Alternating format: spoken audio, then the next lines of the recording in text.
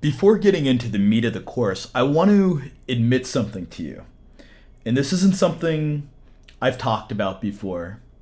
And this isn't something that's easy for me to admit, but I really think it will help you and it will probably inspire you. When I was in college trying to figure this stuff out, I remember entering the single scene trenches, whether it be a bar, a club, maybe even a frat party, and trying to talk to girls, taking my best crack at hooking up with women.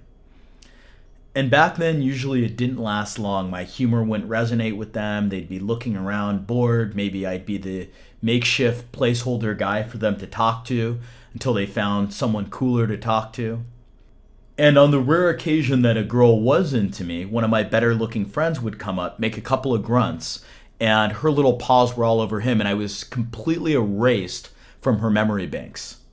And I gotta be honest, man, this made me so bitter and jealous.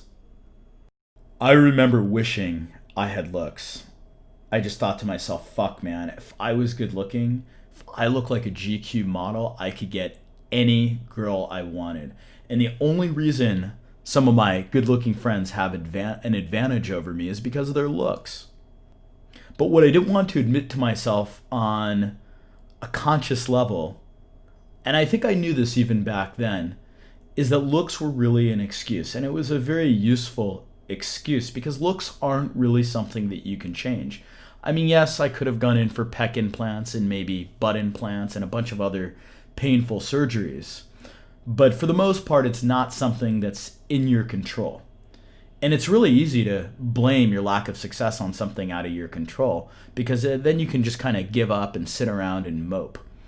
The reality was there was something much scarier, something that was in my control, but I wasn't sure how to fix it, causing me not to succeed with women, and I kind of knew it. And it was my lack of ability to connect with women, to vibe with women.